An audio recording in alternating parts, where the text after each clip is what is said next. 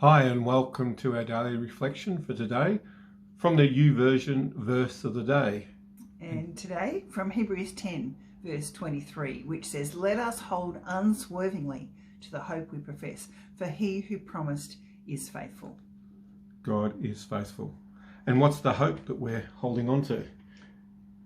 The hope is what we profess.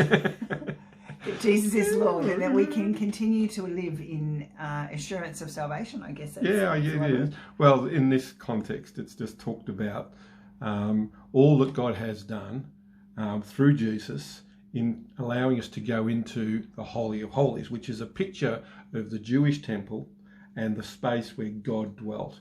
And this has got the whole picture that we're able to go into that space, that is into deep intimacy with God and be in God's presence and be totally accepted, be forgiven, be cleansed, have a clear conscience. And so therefore the hope we profess is that no matter what's going on, no matter how we feel about ourselves, no matter what global crisis we're facing. That's right. God has said, there is in my heart a space and a place for you. For us as God's people, and in actual fact for all people if they're willing to accept God's invitation to that place of intimacy. And so therefore let us hold unswervingly to that faith, is that no matter whether we're in a place of doubt, whether we're in a place where life is not going the way we'd like it to, we're in the middle of COVID-19, we're in isolation, many of us, probably getting sick of ourselves and maybe sick of our family, and God says, it's okay. Let's just hold unswervingly. Let's just rest in the reality that I love you, that we're in good relationship, not because you've got it all together, but because of what Jesus has done. And so therefore we can relax in the reality of God's love. And then it's interesting, he goes on to say, then let's spur each other on. Let's encourage each other to do love and good works. Let's not stop getting together, but let's encourage each other. And that's so important for this point in time. Yeah, that's right. And it's interesting, isn't it, that we're now getting used to doing online church. How many weeks have we been doing that? 6 or 7 weeks. Yeah, and maybe 8. It's been a challenge for a lot of people to get used to that style of getting together, because you're actually not in the presence of other people in quite the same way as normal. And yet we can still choose to do that.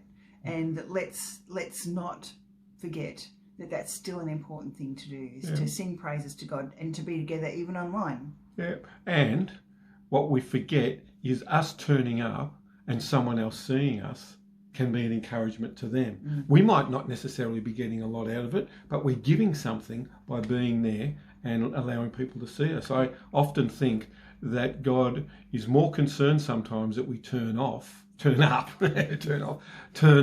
to groups of people just so our very presence will encourage them. Yeah, just because being there will change things. And it may not necessarily be a lot that you do, but your presence is noticed or missed, one or the other. And so it's good to just be there.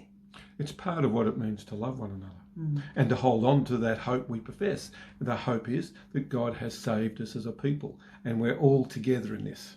Yep. We're all together in this, and that therefore I need the encouragement of others to spur me on, to encourage me, and others need my encouragement as well.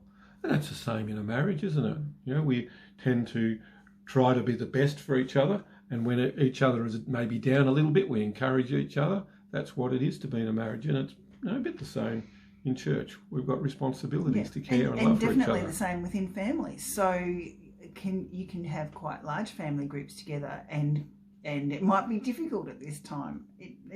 But let's talk about the possibilities of encouraging one another in that environment when you're with people 24/7. What would it mean for you to start talking about encouraging one another and seeing how even little kids can encourage adults? So often we think that holding unswervingly to the hope we profess is believing strongly, and that may be in part of it, but also part of the hope is recognising we're in it together. Part of the hope is that God has made us to be a people, not to be a group of individuals. Salvation is a lot bigger than just me personally. It's about what God is doing in the world for all of us.